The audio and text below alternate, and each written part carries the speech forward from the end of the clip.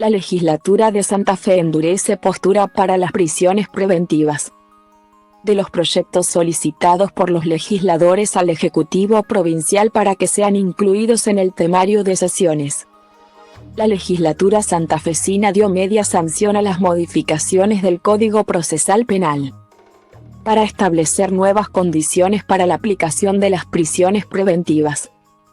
En el primero de los casos se aplica para quienes cometen un delito utilizando un arma de fuego y en el segundo en los casos de violencia familiar o de género. En ambos casos se busca revertir los beneficios de las medidas cautelares que generan la puerta giratoria y en muchos casos culminan en femicidios. En el Senado, se aprobó la modificación del artículo 221, Alternativas a la prisión preventiva, de la Ley 12.734.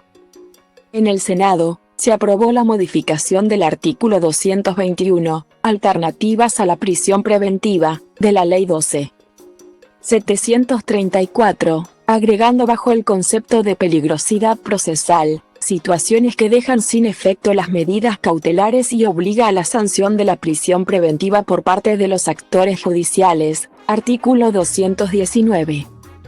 Uno de los autores de las modificaciones al proyecto que llegó desde la Cámara de Diputados fue el senador Lisandro Enrico,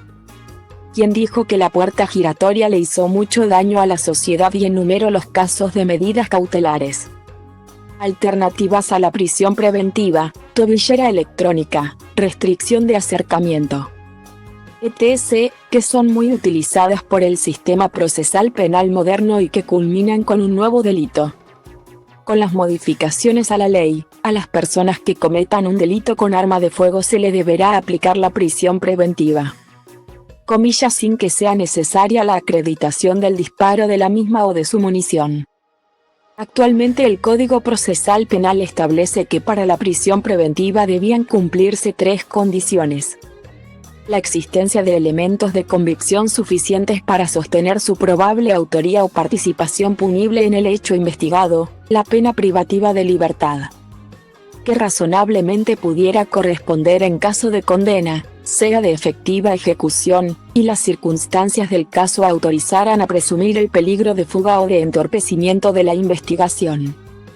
La Cámara de Diputados dio media sanción al proyecto para ampliar la aplicación de prisión preventiva en los casos de violencia familiar y de género, con la incorporación en el artículo 221 de la peligrosidad procesal. Se amplían las condiciones para la prisión preventiva, incluyendo por ejemplo, los antecedentes de incumplimiento de las medidas alternativas, cautelares, que el imputado haya realizado, con los mismos criterios de modificación del Código Procesal Penal para los delitos con armas de fuego. Se aprobó en diputados un proyecto para que se aplique a los casos de violencia familiar y de género. Lamentablemente en muchas ocasiones el incumplimiento de las perimetrales y medidas de restricción que se llevaron adelante en el proceso, por la intervención de la justicia, no se cumplieron y terminaron en femicidios,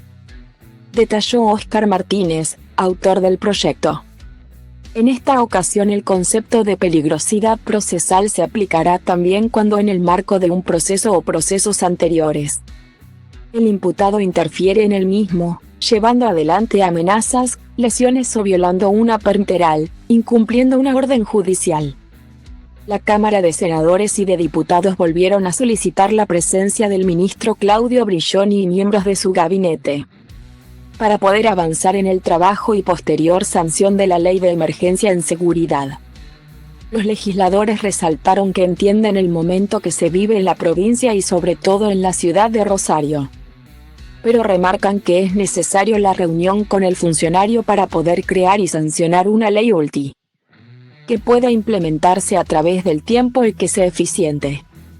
En la legislatura aún aguardan al ministro de Seguridad, Claudio Brilloni, para avanzar en la Ley de Emergencia en Seguridad. Finalmente obtuvo sanción definitiva la creación del Registro Provincial de Acopiadores y Comercializadores de Metales No Ferrosos, es decir, que no son de hierro y sus aleaciones. La creación de este registro surge a partir de la ola de robos de cables que se viene sucediendo en la provincia de Santa y permitirá blanquear a vendedores, titulares o responsables de comercios y locales, y a quienes realicen actividades de carácter comercial o industrial en forma permanente o eventual con estos metales. Quienes además deberán llevar un libro donde consten datos sobre la compraventa y las personas que intervienen. Estarán incluidos, por ejemplo, los desarmaderos, chatarrerías y depósitos cualquiera fuera su denominación, quedando excluidas las compañías mineras exportadoras de yacimientos minerales. Cada comercio llevará un libro foliado y rubricado por la autoridad de aplicación, en donde registrará el responsable del comercio o la actividad, modalidades de compra y venta realizada, especificando descripción y datos registrales del bien comercializado. Además, en todos los casos deberá existir una exacta correspondencia entre el material descrito en el libro rubricado, documentación probatoria de su adquisición y legal tenencia, de su enajenación y las existencias de depósito. La diputada Leonella Catalini, una de las autoras del proyecto, graficó que además de las pérdidas millonarias de las empresas, los que padecen estos robos son los vecinos, quedando muchas veces sin servicios de luz, cable, internet, o sufriendo los robos de picaportes, medidores de agua, de gas, porteros eléctricos, etc., debido al valor de estos materiales. Lo que se lee ahora.